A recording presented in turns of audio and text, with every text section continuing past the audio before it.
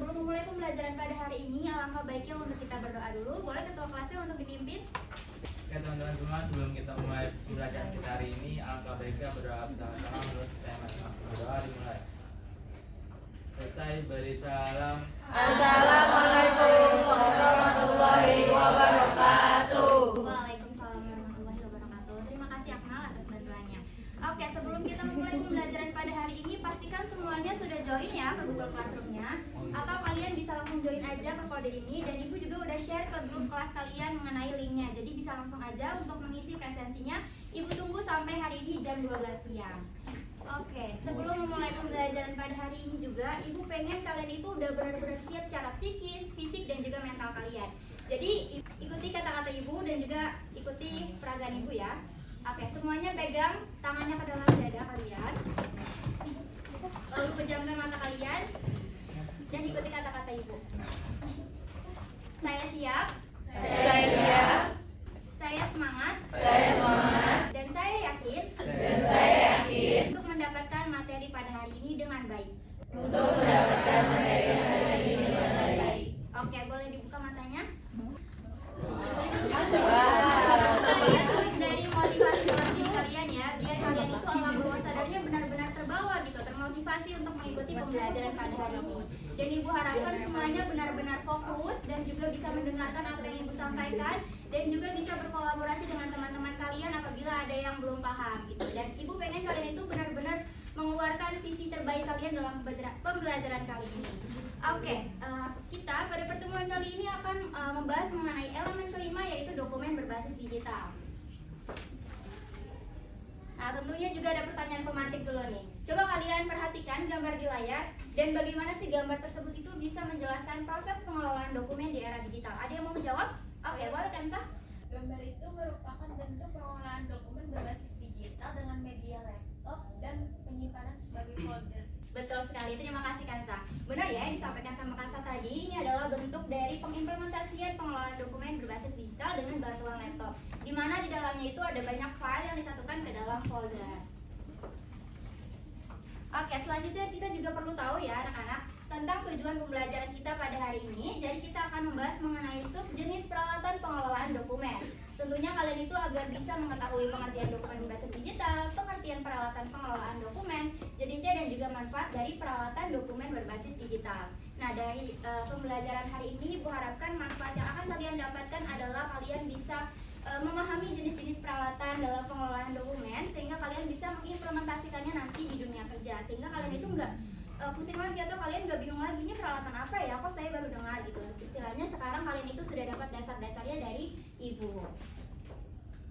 Oke, sebelum kita masuk ke materinya, adakah di sini yang punya pengalaman mengenai pengelolaan dokumen berbasis digital? Saya pernah ngerjain tugas dalam bentuk PDF, terus saya kumpulin di Google Drive. Oke, baik, terima kasih Putri. Benar sekali ya, itu adalah salah satu contoh dari pengelolaan dokumen yang paling dasar, di mana kalian itu punya diberikan tugas oleh guru dalam membuat PDF dan harus dimasukkan ke dalam Google Drive.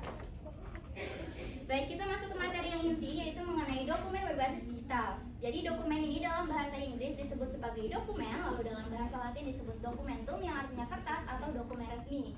Lalu dalam KBBI artinya dokumen itu adalah surat tertulis atau tercetak yang dapat dipakai sebagai bukti keterangan. Lalu dokumen berbasis digital adalah file atau informasi yang disimpan dalam bentuk elektronik dan juga dapat diakses, dikelola, dan juga dibagikan melalui perangkat digital. Contohnya seperti PDF, Word, Excel, PPT, JPG, dan sebagainya.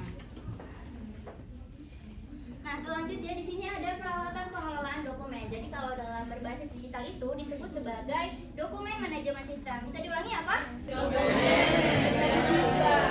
Betul sekali. Nah, itu disingkat menjadi DMS. DMS itu adalah sebuah software atau sistem yang bertujuan untuk mengontrol dan juga mengelola dokumen di seluruh perusahaan. Nah, DMS ini bisa mengubah dokumen yang tadinya bentuknya fisik atau kertas diubah menjadi bentuk digital seperti PDF dan sebagainya dengan bantuan scanner. Nah, DMS ini juga sistem yang terintegrasi dengan cloud server. Nah, cloud server itu adalah media penyimpanan digital dengan memanfaatkan penggunaan internet, sehingga sangat terjamin lebih aman dari bencana alam dan juga musibah. Nah, selanjutnya ada jenis peralatan pengelolaan dokumen. Nah, di sini Ibu mencantumkan 3 peralatan. Yang pertama itu ada komputer. Komputer itu adalah pengelolaan dokumen digital dengan menyediakan alat untuk membuat, menyuntik, berbagai format. Nah, tentunya dalam perusahaan itu perlu menggunakan komputer atau laptop yang paling modern ya, agar tidak tertinggal zaman dan juga bisa bersaing dengan perusahaan-perusahaan lainnya. Nah, untuk Microsoft Office sendiri itu minimal menggunakan versi 2013. Apabila misalnya nanti ada pembaruan, jadinya perusahaan kalian tidak tertinggal gitu dengan perusahaan-perusahaan lainnya. Lalu yang kedua ada scanner. Scanner ini memiliki fungsi dasar sebagai penanganan berkas untuk kemudian dikonversi dan juga disimpan dalam bentuk digital. Nah, ini juga mungkin kalian sudah pernah dengar atau kalian sudah pernah pakai aplikasi Cam Scanner gitu ya, yang mengubah yang tadinya bentuk tugas-tugas kalian yang tadinya tulis tangan lalu diubah ke dalam PDF dengan bantuan Cam Scanner. Lalu yang ketiga itu ada penyimpanan digital, yaitu perangkat atau sistem yang digunakan untuk menyimpan dan juga mengelola dokumen dalam format digital yang berfungsi untuk penyimpanan file dan juga data sehingga mudah untuk diakses, diorganisir dan juga diamankan. Nah, ini baru pengertian dan juga fungsinya. Lalu jenis-jenisnya ada apa aja sih, Bu? Oke, kita bahas satu persatu. Jadi penyimpanan digital ini yang pertama ada media penyimpanan magnetik. Jadi pastinya dengan bahan dasar magnetik gitu ya, yang biasanya kalian lihat itu ada flash disk yang dimasukkan ke dalam laptop. Lalu ada memory card yang biasanya ada di dalam handphone dan juga ada hard disk. Lalu yang kedua ada media penyimpanan optikal. Ini adalah media penyimpanan dengan bantuan sinar gitu ya, sinar biru gitu. Lalu contohnya ada compact disc, CD-ROM, CDR, CD-AWID dan juga DVD. Nah, mungkin contoh-contohnya atau cara penggunaannya bahkan gambarnya bisa kalian searching juga di internet, itu banyak. Lalu yang ketiga ada media penyimpanan awan atau yang disebut dengan cloud server. Nah, itu adalah media penyimpanan yang tadi sempat Ibu singgung ya. Itu adalah media penyimpanan dengan bantuan internet yang contohnya itu ada Google Drive, Dropbox, SkyDrive, Box dan juga iCloud.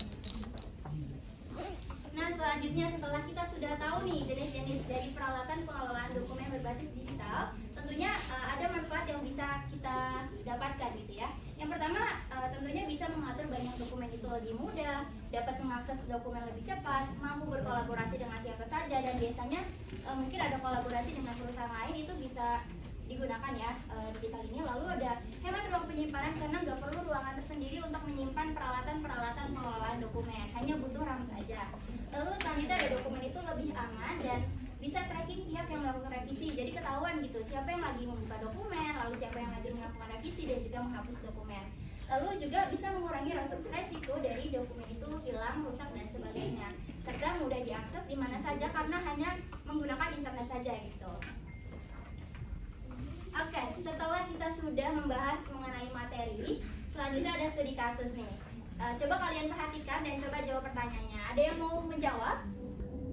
Coba jawab. Oke, boleh Nadia. Kalau di sini permasalahan yang mungkin terjadi itu ada kerusakan dan kehilangan data, terus ada butuh ruangan serta pengoperasian dokumen menjadi tidak teratur. Solusinya itu bisa menggunakan pengelolaan digital seperti iCloud dan sebagainya. Baik, terima kasih Nadia. Betul sekali ya yang disampaikan sama Nadia tadi, karena ini adalah bentuk pengelolaan dokumen dengan media konvensional sehingga sangat rentan sekali permasalahannya dengan kerusakan, kehilangan, bahkan bisa saja dokumen-dokumen itu bercacaran gitu ya, karena saking banyaknya dokumen yang dikelola oleh perusahaan. Nah, mungkin rekomendasi yang bisa diberikan itu adalah dengan menggunakan media pengelolaan dokumen digital yang seperti sudah Ibu jelaskan tadi, ada iCloud, Dropbox dan sebagainya.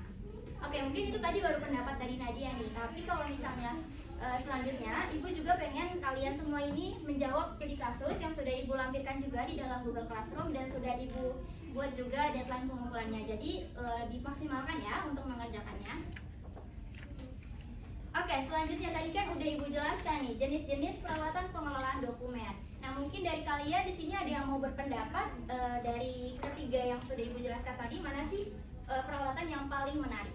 Oke, boleh Deci. Menurut saya scanner, Bu, karena dia bisa mengubah dokumen kertas jadi digital. Oke, baik. Terima kasih Deci. Nah, itu pendapat dari Deci nih. Mungkin dari teman-teman yang lainnya pasti berbeda ya dengan pendapat dari Deci. Ada yang mungkin komputer atau penyimpanan digital. Nah, itu semua sebenarnya Ibu ingin menekankan lagi nih, kalau penyimpanan digital ini walaupun jenisnya banyak dan mungkin kalian ada yang suka nggak suka dengan pengelolaan dokumen, tentunya di saat di dunia kerja nanti kalian itu perlu menguasai seluruh peralatan pengelolaan dokumen ini, dan juga mau tidak mau tuh harus suka dengan seluruh peralatan ini. Agar apa? Agar kalian itu bisa memaksimalkan potensi kalian ketika nanti kalian bekerja, kalian bisa memberikan dampak gitu yang positif ke dalam perusahaan, sehingga perusahaan itu bisa percaya dengan kalian bahwa kinerja kalian itu bagus. Oke, selanjutnya selanjutnya nih, tadi kan udah Ibu jelaskan sampai di sini, apakah ada yang mau bertanya? Baik, Ibu rasa semuanya sudah paham ya, dan semoga benar-benar paham mengenai materi yang sudah Ibu jelaskan tadi. Nah, selanjutnya di sini ada kesimpulan. Ada yang mau bantu untuk membaca kesimpulan? Oke, baik Wanda, boleh. Jadi peralatan pengelolaan dokumen digital sangat penting untuk efisiensi pengelolaan informasi saat ini yang terdiri dari perangkat keras dan juga perangkat lunak seperti komputer, scanner, server penyimpanan dan juga software manajemen dokumen. Yang dimana peralatan ini memudahkan digitalisasi, penyimpanan, pengarsipan, serta pencarian data secara cepat dan akurat. Dokumen elektronik mudah diakses tanpa memerlukan ruang fisik besar, aman dan mendukung kolaborasi jarak jauh karena bisa diakses online kapan saja sesuai kebutuhan organisasi. Baik, terima kasih Wanda. Betul sekali ya. Jadi kesimpulannya dalam pembelajaran kali ini adalah ketika kalian itu sudah mengetahui pengertian dari peralatan pengelolaan dokumen, jenis-jenisnya apa saja. Tadi ada optical, magnetik, dan juga ada iCloud gitu ya. Lalu dengan media penyimpanan ini manfaatnya juga banyak banget nih yang bisa kalian peroleh gitu. Oke, selanjutnya. Nah, selanjutnya selain Ibu sudah memberikan studi kasus dan juga materi, tentunya ada tugas kelompok juga nih. Jadi kalian melakukan observasi ya ke dalam perusahaan dengan durasi waktu 2 minggu. Tenang saja, ini tugasnya bukan individu, tapi kelompok. Kalian nggak perlu catat atau foto karena sudah Ibu lampirkan juga ke dalam Google Classroom. Dan diperhatikan juga ya untuk deadline pengumpulannya. Baik, mungkin sampai di sini pertemuan kita pada hari ini. Materi sudah Ibu sampaikan. Sebelum kita menutup pembelajaran pada hari ini, alangkah baiknya untuk kita berdoa. Boleh ketua kelas untuk dipimpin lagi? Oke, karena pembelajaran kita hari ini telah selesai, alangkah baiknya kita menutup pembelajaran dengan berdoa bersama-sama menurut budaya masing-masing. Berdoa dimulai. Selesai dari salam. Assalamualaikum warahmatullahi wabarakatuh. Waalaikumsalam warahmatullahi wabarakatuh. Terima kasih atas semangatnya kalian semuanya sudah menjaga semangat sampai akhir. Kalian sudah mencoba untuk aktif dalam pembelajaran, mencoba menjawab studi kasus dan juga hadir dalam pertemuan kita kali ini. Semoga apa yang sudah Ibu sampaikan hari ini bisa kalian ingat selalu sampai rumah dan sampai kalian kerja nanti, dan bisa kalian implementasikan juga dalam dunia kerja. Mungkin itu saja pertemuan kali ini. Bu akhiri, wassalamualaikum warahmatullahi wabarakatuh.